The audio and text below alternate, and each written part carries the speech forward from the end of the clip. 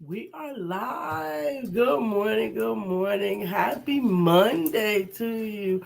We're off to a little bit of a slow start, but we are getting it in. We'll be right back with our thoughts on Mindfulness Monday. How do you determine value? Back in a moment.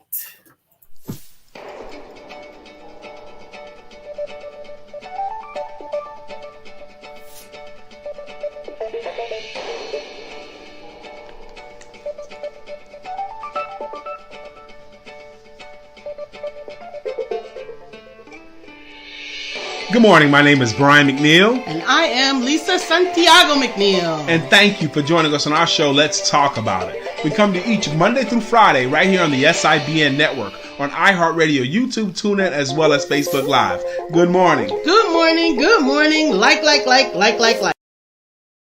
Good morning. Good morning. Like. I am happy to see you. Good morning. I'm happy to see you. Happy to see you as well. I almost didn't make it today. I had a rough night. I think I'm catching a rough day yesterday. A change of weather cold. Yeah. That's what I think it is. Because Saturday came and got us and gave us this beautiful day that was far. Oof. Saturday was just everything. It was beautiful.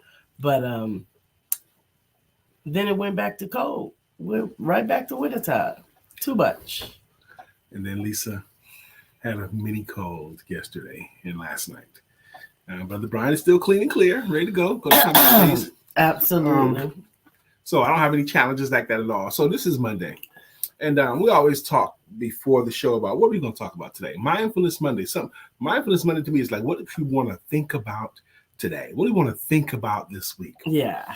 And she caught me with that right after I had taken part in a study this morning on pricing my services to corporations. Hey, Dr. Beverly. That's what I was studying. Okay, on pricing my services to corporations. And it was talk about value-based pricing. Price not about what you charge per hour or per course, but based upon the value of the solution of the problem that you're solving. Okay, interesting. So now I'm thinking about that. Okay, how much is it worth to the company when I solve that problem for them forever? And if you think about pricing yourself hourly, she did a great example in my thing this morning. You might charge $2,500 for the project when the project is worth $300,000. That's what you should charge. So anyway, Lisa asked me that. So then I was thinking, how do people determine their value into the world? And then she took that thought and went to, how do you value yourself, or how do you do that? You went some other places with it. I don't want to put words in your mouth. Yeah. So I think that it's important to value your program or product according to the results that it's going to bring forth for the individual. Not how much time it's going to take you to implement, not how much energy it's going to take you to implement, but ultimately on the outcome of the implementation or of the project. What is that worth? What is that worth? What are they getting out of this interaction with you? There was a sales close that I used to use in the 90s that I wouldn't dare try to use now. Hey, okay. Brittany. I used to use this close in the 90s. I wouldn't dare try it today. But when people would try to talk about pricing is too high or something like that, I would talk to them. Okay, well, you're going to get this. Is this worth any money to you? Are you going to get that? Is that worth any money? Okay, actually, where you overcome an objection. Okay, was this worth anything? Is that worth anything? Is that worth anything? Okay, would you be willing to pay for this, and this, and this? And then the only other thing on the opposite side is the price. Okay, and as you can see here, the stuff that you have is worth a whole lot more than what I'm asking for. And honestly, how much is it going to cost for you to keep your problem? That's another one of my favorite closes. If you don't do this, what will you do? How much is it going to cost you to keep your problem? But aside from that, how do you determine value? You going to blow your nose with that? No, I'm not going to blow my nose. I'm going to tap my nose because my nose is running. You need some tissue, baby? I'll go get you some tissue. Look. Good morning, Jacqueline. Thank you for joining. Dr. Beverly says, dreams are real when they are being done. Perfection comes when you revisit your doubt and only to correct only what you forgot. Amen. So, how do you determine value? Think about that. Think about that. Brittany, we're not paying for how long it takes for her to put beads on a string. No, you are paying for the energy, love, and spirit that is evident in her finished product. And quite honestly, and I don't know if other people feel this way, but quite honestly, about her spirit while she's doing it. Same thing with Jacqueline and her cards. They are beautiful, and I'm grateful that they are beautiful. But not only are they beautiful, they're energetic.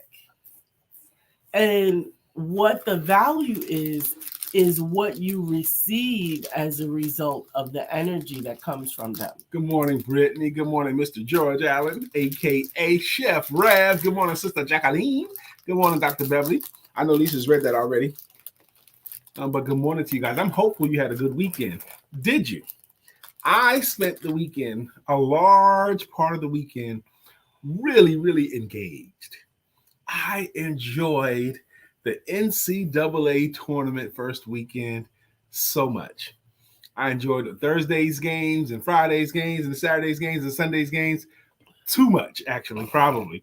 But there's so much drama in the games. And last second, I mean, there's so much finality in it. The college basketball tournament is a one and done tournament. That means that no matter how good you are or how good your records say you are, on any given day, if another team just plays better than you on that day. Now, if it was a best 4 out of 7 like pro basketball, the best teams always win. But that's not the case. You have what's called Cinderellas, unexpected. There's this school right now, St. Peter's University, that have made it all the way to the Sweet 16, which is next weekend. St. Peter's University is a small Jesuit school in New Jersey. There's no way they should have beat the teams they did, but they did. And it's so interesting to me. So I spent a lot of time with that this weekend.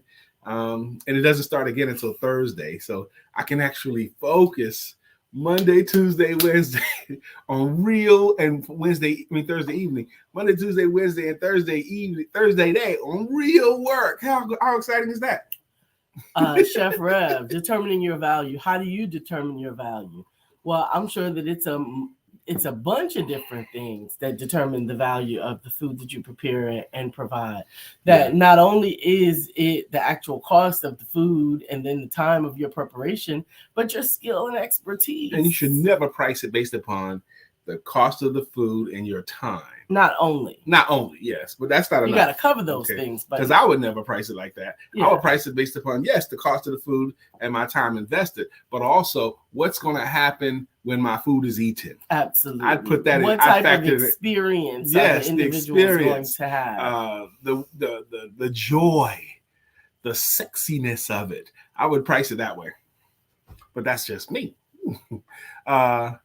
You froze and lost you, but now I'm back. Okay, cool. We probably said something really cool or important while it was frozen for you, so you missed that.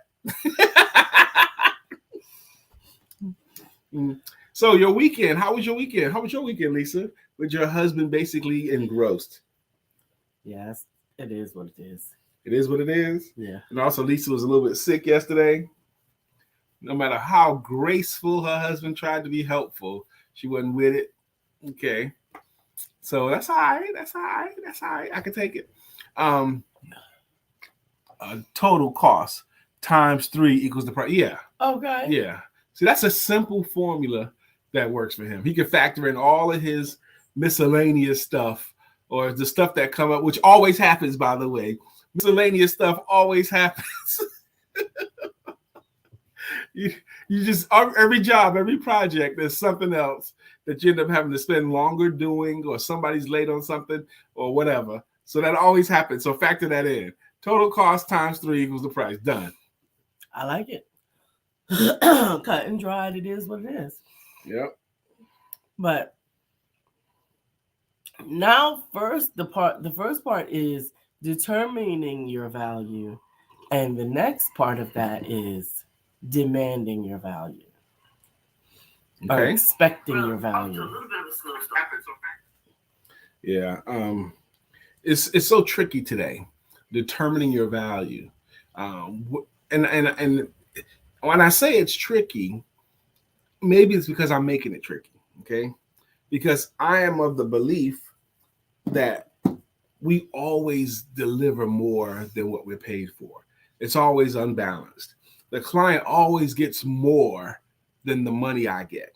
Okay. Even if I got paid $100,000 for a project, their value is going to be 300,000 or 400,000 or a million. But I only got paid 100,000. Okay. So it's always unbalanced. Okay. That's in my head.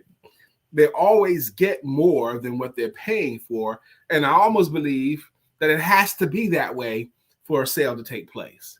They have to see that they're getting a lot more for their money than what they're actually giving money for, if that makes any sense at all. Does. Okay, so since that's in my head, it's always tricky pricing yourself based upon what you're worth, because you're worth significantly more than what you can price yourself for.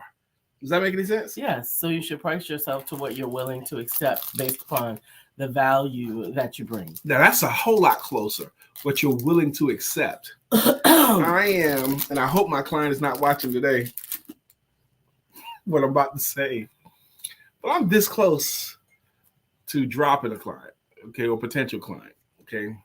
I'm about to tell them, I mean, it was in my head this morning, if they don't behave or get it right between, I'm gonna say Wednesday, I'm gonna say go work with somebody else. Well, the clients that you let go don't cause you problems. Period. The ones you let go don't cause you problems. I learned that in the 90s from a guy I was working for at the time. He says, Brian, the people you fire don't cause you problems. It's the ones you keep that cause you problems. Period. But I wouldn't have said that about a particular client that I am currently working with. Yeah, because I wouldn't have accepted them if that were the case. thought, I'm grateful that I have some really amazing clients right now, that I have clients that are looking to build and grow and expand themselves, that the clients that I have right now understand the process. They are patient with the process. And not only that, I have prayerful clients. You do have a good book of clients right now. So this is Mindful Monday. First off, the first day of the week, Monday, we consider the most important day of your work week, because Monday set the pace for your week. We're talking more business things this morning, but that's because we can do that sometimes. We do want to hear how your weekend was. We are talking about business, about valuing yourself and how you price yourself for your services, because our audience here is a very entrepreneurial audience. Consultation is worth some money. Tasting. Or worth some money. They all require your time. That's right. Which is why so also for me, a consultation is not just a time for you to find out that I know what I know and that I can answer your questions, but it's also a time for me to find out if you have the type of personality and or project that I want to work with. And I will spend time in that.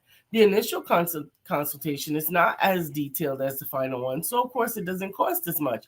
It just allows us both, first, for you to figure out that I am the person who can solve the problem that you're having, that you are looking to solve. And then secondarily, that that we can work together in some way.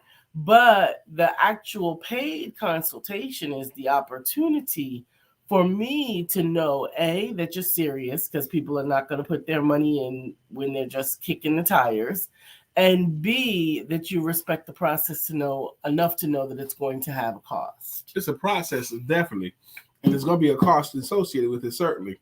And respecting that is a process, and respecting that is going to be a cost makes it easier for you to price yourself closer to what you're worth. Absolutely. Speaking of this week, Wednesday, we are going to have a special guest on. We are? Yes. Wednesday, Dr. Deborah is going to be on sharing. I can't wait. Absolutely. Sharing some nonprofit nuggets. Long overdue. how important it is for you to be able to fund your passion so that you can continue it. And because we know Dr. Deborah, I'm going to like grill her with tough questions. If I did, she can handle it because she's a professional. Mm-hmm. I am looking forward to that on Wednesday. And of course, tomorrow is, yeah, right. And don't let people use this for the church. Kick rocks and get to stepping for real. See now, Mr. George Allen, you're obviously a veteran. Okay, that is very, very prevalent. Okay, there was a great book on sales called "The Art of Closing Any Deal" by a guy named James W. Pickens, and he broke down selling to different races. And he broke down selling to different professions and selling to different industries. And when it comes to the clergy, this is James Pickens' words, but I think there's some truth in it, okay? He says, when it comes to dealing with church and the clergy and those people, he says in his book, they have a degree of larceny in them. They want something for nothing. He says the church, more so than any other industry that you sell Good morning, to, Dr. Deborah. They want you to honor, to respect and honor that they're a pastor. They want you to respect and honor that this is an established church. And they want stuff for free more than any other industry that you could sell to. So he believes the religious body, those people selling to them, they have a degree of larceny. Larceny means willingness to stealing, is what he thinks. Well, and if I might add to that, I believe that much of that philosophy is actually passed on unto many of the constituents. Actually, to many of us were brought up, which is why we are challenged. So many of us are initially challenged by assessing and applying the appropriate value to something that we consider a gift.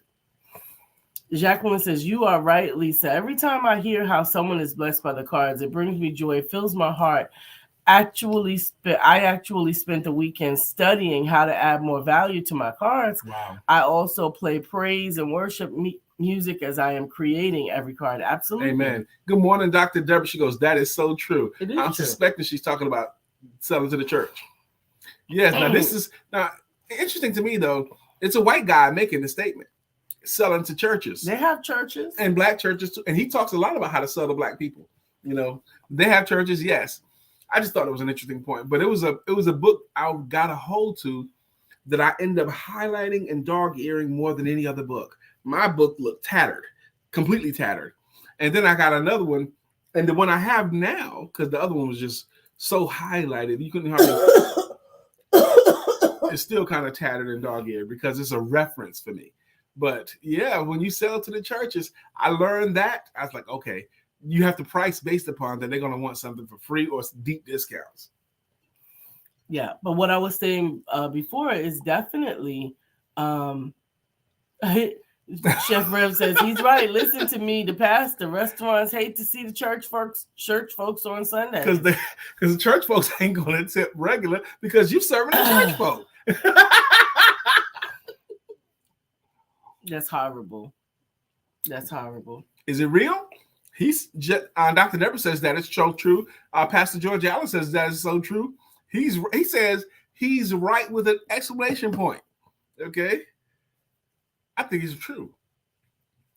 Now, if it's true, and we got people that's co-signing, the fact that it's true, is that a good fact or a bad fact? Is it good or bad that it's true? That church people want to, this going in when you sell to them. This. Well, it's part of the teaching. Honestly, it's part of the teaching, which is why so many of us go through such a large part of our growth and development, evolving from the willingness to demand the value that we deserve for even to them, what it is that we do to them and outside of them. She would like to.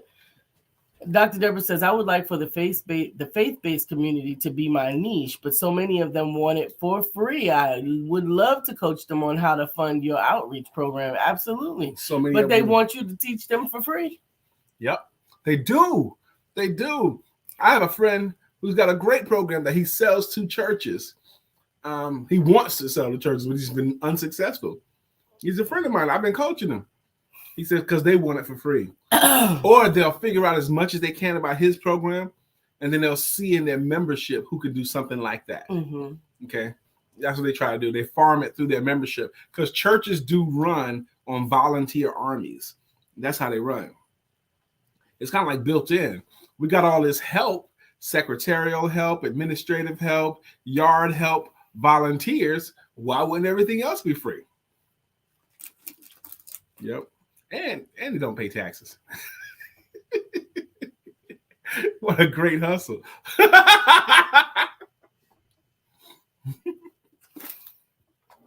I think that it's so important to understand that value is a two-sided sword. Okay. Value is important. Good morning, Felicia. That you are giving value and that you are receiving value. And it's important that you are not casting your pearls before swine. It's important that the people that you are bestowing your value upon respect that value. When I was going through the riff of the exchange, a great big pile of benefits that you're offering in exchange for a little pile of their money, I'm hoping that made sense to somebody. Okay. I'm hoping it makes sense because it's going to be unbalanced. However, the part that makes it real and digestible and palatable is what you're willing to accept for the project, or willing to accept, or what you're comfortable accepting, or what you feel like works for you. And you get to decide that. Okay, because they're going to get more than what they're paying for pretty much all the time, or you're not going to have a good business. You'll be out of business. If they ever feel they paid more than what they actually received, you got people that came to you and said, my last coach, I paid them all this money. So do I. I paid my coach all this money. They didn't give me nothing. But once again, the converse is also sometimes true. There are people that no matter how much value you give them, no matter how much services, no matter how much, oftentimes they base their valuation on hindsight. Now that they know some things, they forget that what you didn't know is what you paid for. What you didn't know is what you paid for. Because if you knew it, go do it. You don't need anyone for that. I heard a story from a lady who became my client. She had read a book about this from this other business coach that she liked. George Allen says, it's a very bad teaching. Early in my start, I earned a degree in Negrotology. Okay, yeah. Negrotology. But she said she read a book about this from this business trainer that she was really, really inspired by the book. She felt the book gave her a lot of good help and content. And the person that wrote the book was doing a business conference, a weekend conference, boot camp that weekend. A weekend coming. So she bought the ticket, was just several $1,000s. And she bought a plane ticket and a hotel stay and flew out to California to take this boot camp. She figured the book was so awesome, the boot camp was going to be even better, right? Mm-hmm. So she invested thousands of her own dollars to fly out to this course. And it was a 2.5-day course. And the course was only the book. What was in the book? It went chapter by chapter of the book. And the interesting thing to me was that woman did not feel that she was robbed. She did not feel that she didn't get her value. It's a living, breathing experience. And even though it's the same information, it's still in the delivery. It's still in the environment. And the delivery, the environment, all those things, I think, play a very, very important part. I think that that's something that we undervalue a lot of times. Because the word of God says the faith cometh by hearing and hearing and hearing. And to be quite honest, sometimes just hearing the same thing again, you don't know how many times I've heard the same thing again, either in church or at a conference or whatever. And it's that special time, that particular moment that the hearing met up with my current set of life experiences and actually became Rhema for me. Rhema being real. What a great point. Exactly. It will take some time. Dr. Deborah says, like those people who keep wanting a consultation. Geesh, how many consultations do you think you get? Well, here's an interesting point to that. Go ahead.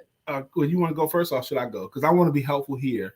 The way I look at that is you get a free consultation, and then when they want to come back again, especially if it's somebody I like or something like that, well, I need some more. I got another question or two. If you can help me, and say, well, you can ask the question. Great, but we've had our consultation, and now we're moving into an area where I can be helpful to you. And these are the kinds of things that I get paid to do. So let's schedule a real call, a discovery call, or something like that, where I can be most helpful and get all your questions answered. But this is something I get paid to do. But you get one free consultation. Go ahead, baby. My philosophy about consultations is it may not be about the same project. A lot of times people evolve, especially many of the people that I'm dealing with are in the very early stages of their business, and we may need to talk about more than one thing, but it's not going to turn into coaching. You're not going to get coaching. You will get the same responses that I would give to you if you were calling for a consultation, and an opportunity to take a deeper dive on that particular subject just for you. Amen. Look at Dr. Beverly. She says, why is it that church people get the worst rap when they're supposed to be the example? You just cleared up the reason why the book I published for Bishop Kevin Long didn't sell in the church. Outside the church, I sold over $5,000 in book revenue in 1 year, and the next year for his birthday. With that money, I made him a money tree and presented it to him. Then boldly told him that nobody in the house purchased, but they all asked for one, and he wasn't shocked. It's unfortunate because they figure I already paid my tithes. He done already got his piece of my money. The church people can justify not spending money on stuff from the church because I'm already giving tithes and offering.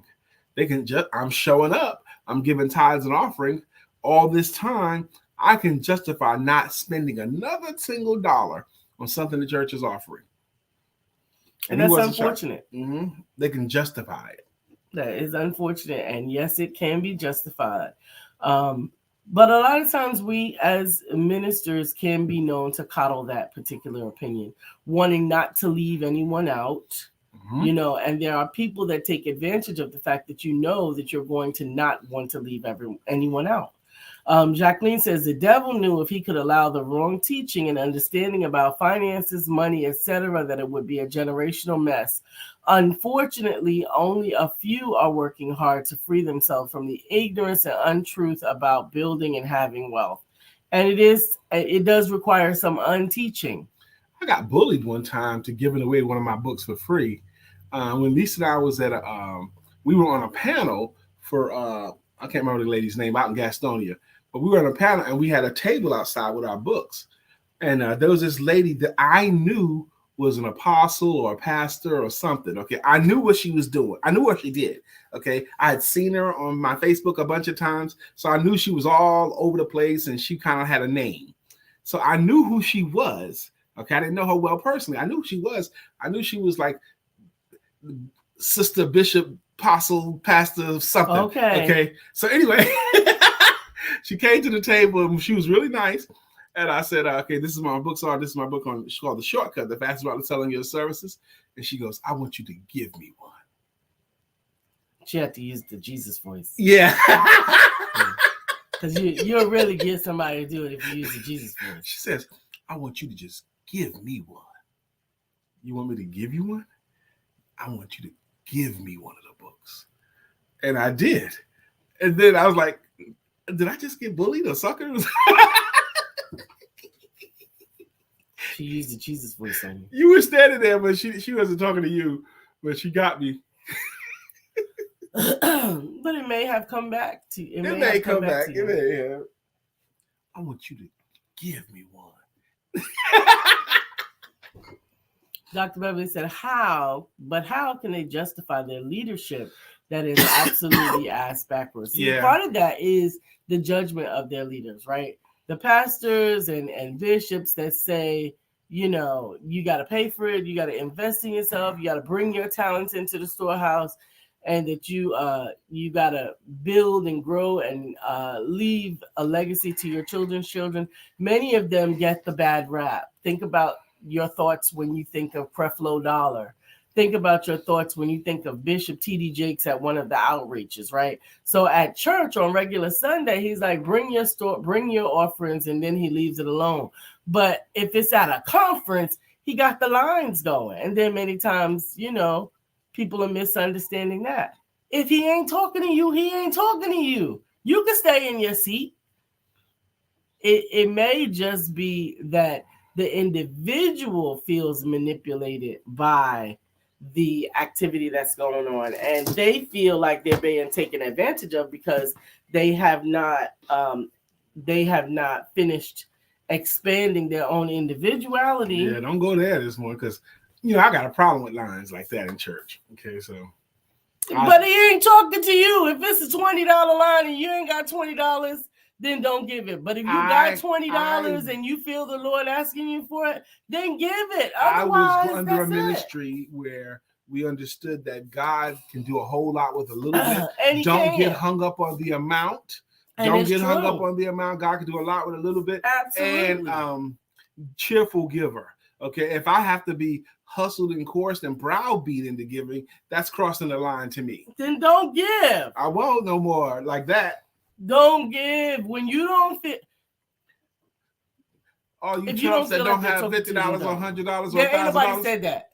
That might be what you heard, but nobody said that. That's right. That's nobody how it comes said across. You a chump. No, that's how you chose to interpret it. I happen to have been in some of those audiences. Yeah, right. Many of us have, but that's the whole point. That's where we come back to again, determining value, right? How do you determine value? Good morning, Arthur Lynette. Good morning, Miss Phyllis. Good morning, Craig. Craig said, good morning, everyone. Let's have a fabulous, blessed Monday on purpose and enjoy it to the fullest. Absolutely. Absolutely. Absolutely. So today it is now 9:30, I think. Yeah, I missed 9:31.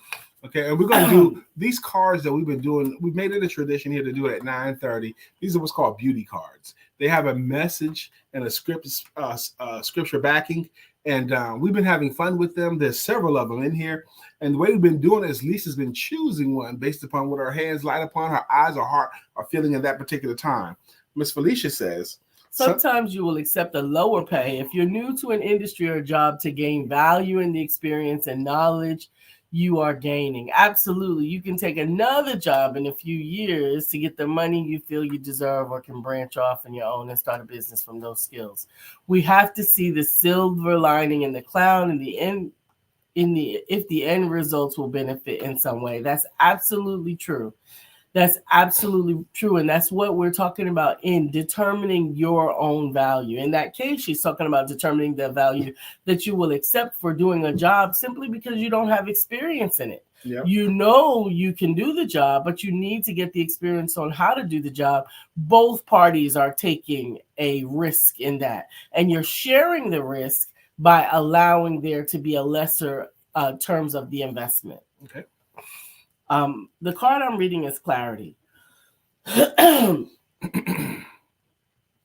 Clarity, like a bell tone ringing. Clarity sounds a note of open order. When we are clear in our intentions and our actions, we harmonize with the tonal vibrations of the universe. Learn to recognize your own clear knowing. Clarity opens a path of deliberate action. Absolutely. What Felicia represented there was a moment of clarity. I know that I am possibly worth more than this, technically, because I know what my abilities are, but I may not necessarily have the skills expected in this particular industry as of yet, but I will learn them and I will increase in value. That is a clear moment. That is a clear thought. Where in the same token, once again, I said assessing value is oftentimes about what value you will bring to the scenario. If you know that you're going to bring value to this particular scenario, if you know that you have figured some things out, it's okay. It's okay to include that in your assessment of value. Clarity is really, really important today, particularly today in 2022, because we get bombarded by so much information and conflicting thoughts. So much chaos. And so many people putting their thoughts and opinions on you through social media. So being able to clear the way from all this muckety-muck thinking is critically important. And the new ABCs of selling, the old ABCs of selling will always be closing, but the new ABCs of selling, the C stands for clarity. Can you help your clients to clearly understand what's really the challenge? Can you help yourself to clearly understand what it is that you really want or do or can do or want to do? Clearly. Jacqueline says, absolutely, Lisa. When it is not you, do not respond. God does not take, God receives from a cheerful giver, not someone who is too afraid not to give. Absolutely. God is not a robber. God is not a robber. No, he's not a robber. God would never say those things. Hey, Melissa, he is not a robber. He is not saying them. If it is not for you, then don't receive it. Yeah. Good morning, Miss Melissa Price. How are you today? This is some Monday morning mindfulness, and we've been talking about some really cool things. I think we've been talking about some cool things today. One of the things we talked about just now was clarity, but before that, we was talking about valuing you and valuing your gift and valuing it in the world in exchange for things and all that. And that was a really interesting topic, I thought. Interesting discussions. So good to see you here as well. Absolutely, absolutely. Value. Here's another thought for value. So I could use an example from for value. Now, if I'm going to buy a calendar, a desktop calendar or anything like that, I have an assessment placed in my mind of how much I want to spend on it. And it's usually the least possible amount that I can spend on it because all it is a piece of paper that I'm going to leave on my desk. But if I'm going to assess the value of a beautiful artistic work of art that is also a calendar, that has the energy and the expression as well as the research of Melissa's beautiful arbor calendar, I'm not going to assess the same value. I'm not going to assess the same value to those two very similar products. They're both calendars, but the arbor calendar has both art and information that have taken time to be compiled by someone that I love and respect, which makes it worth so much more. Exactly. And the good thing about the arbor calendar also is it's universal. It doesn't experience one year. All the Price girls are homesick again today. This is quite a season for us. The girls will be back to school tomorrow. Their cough is just hanging up. I woke up with their cooties this morning. So now I ask for prayers for me too. Always. Oh my goodness. Melissa, this is a new experience for you. You're welcome, baby. This is a new experience for you because now you're sending the kids into the petri dish. Now they go to school, and that's what schools are for. They are for germs. George Carlin was, remember George Carlin? He was saying this is good because what's happening is it's forcing your antibodies and your germs to get stronger to fight all this off because it's going to keep coming. Yeah, it's going to keep happening. But healing is on the way, and you can receive it. You're building stronger. And I got a little bit of cold too. Lisa had the cooties all day yesterday. Yes, she did. Yeah, but I'm getting better. She's getting better, but she did have the cooties, the cold, and the and all of that yesterday, and all last night.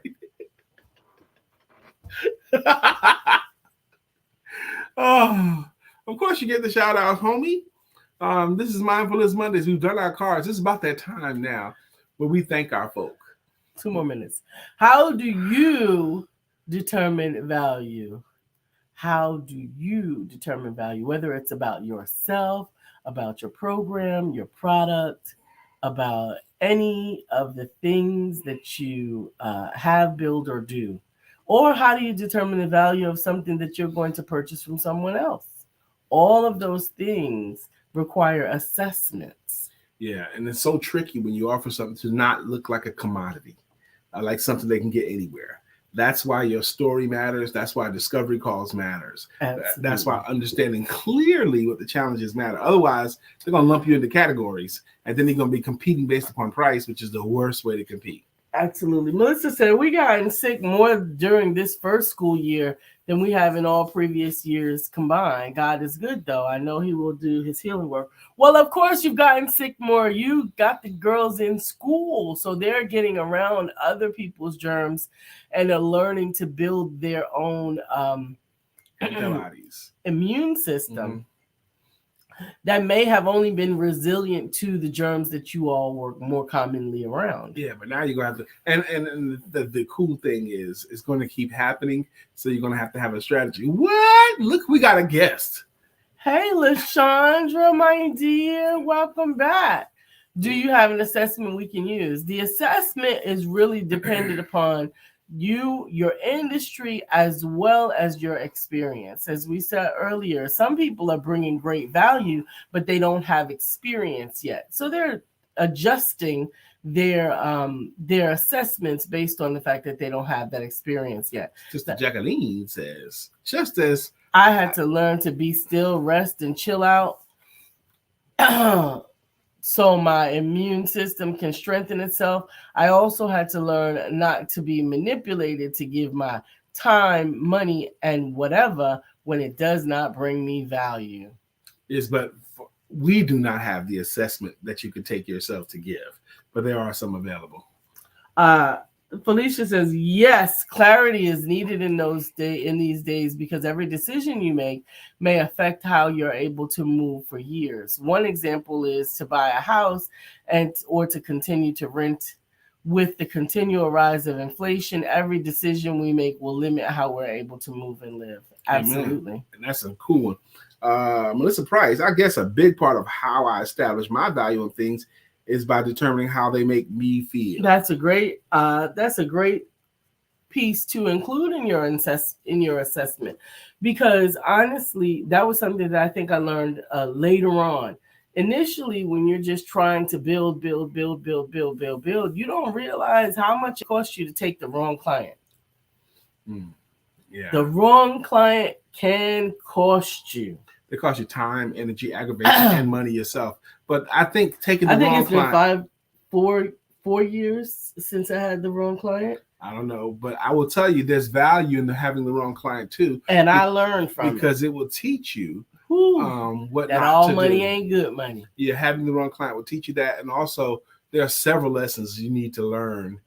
Only live speed you can get it. No matter what somebody had told you, you're not going to understand that, some clients are not good fits for you. You should not take their money.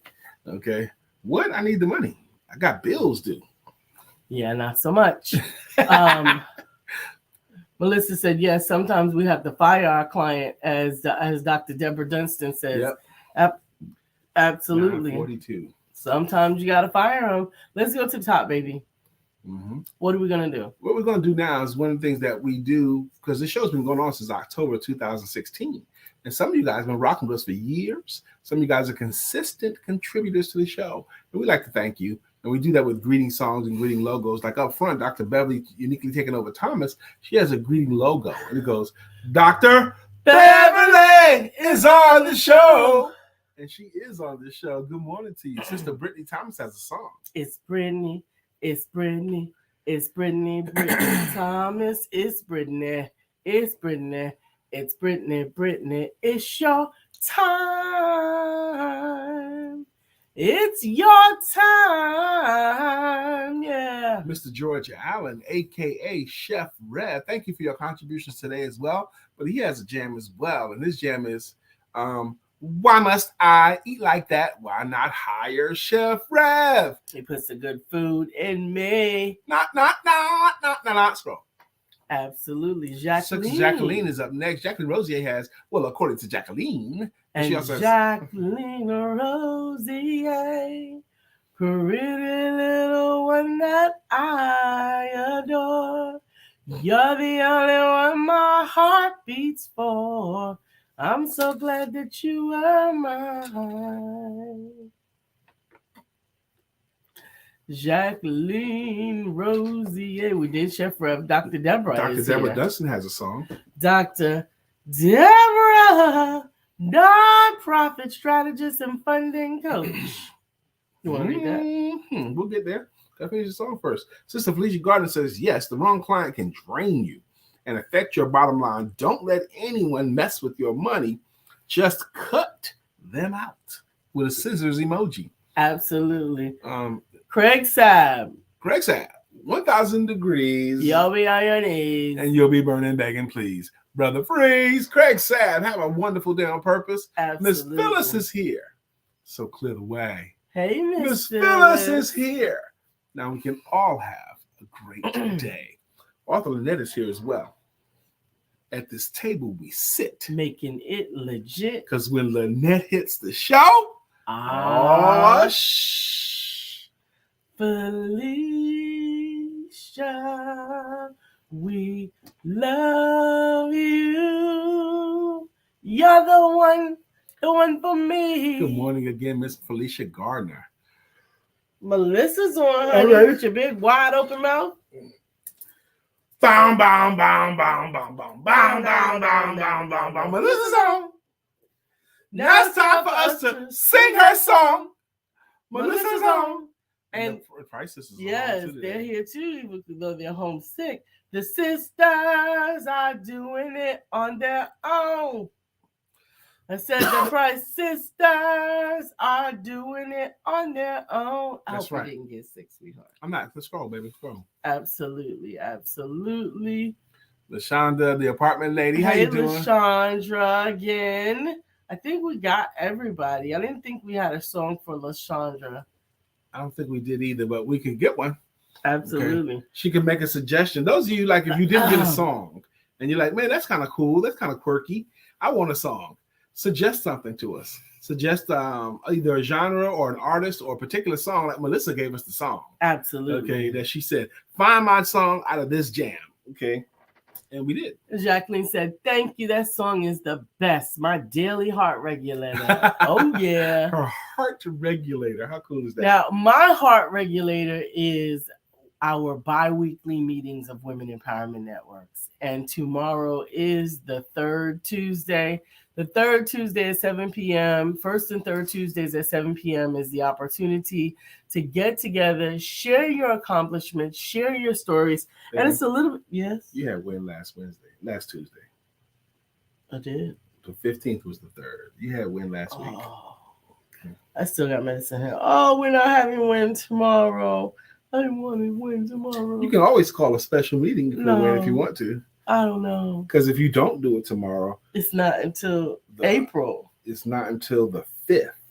So you can have a meeting tomorrow. Pray for me. Depending on how I feel right now. Announce a meeting because you might need some sister time. And if you need some sister time, go ahead and do it. Well, I will think about it. But thank you, ladies. I look forward to it. We have the Wednesday coming up with Dr. Deborah. I'm looking forward to it. She is our special guest. I'm looking forward to bringing more and more and more of our empowerment circle to y'all. LaShondra sent us her song. She said it's called, I don't know what it's called. She sent me the YouTube link. So we're going to watch that and we're going to say the words LaShonda Graves or the apartment lady or something in it. So that's what we're going to do for you. And we'll sing your song each time you show up. Absolutely. We look forward to it. And we appreciate everything that you're doing in the community that you serve as well, because it is so important that we find housing for so many of those who may have had challenges and really, really, really need to get the help. Now, this, again, Monday is the most important day because Monday sets the pace for the week for you. Are you going to have a good week? Are you going to have a good week? One of the ways to ensure you have a good week is, one, to decide that you're going to have a good week, and then do the activities that it takes to ensure that you have a good week. Do you need to make another phone call? Do you need to send a letter? Do you need to follow up with somebody? Thank you, LaShondra. She said, I started praying for you when I got on and saw the tissue.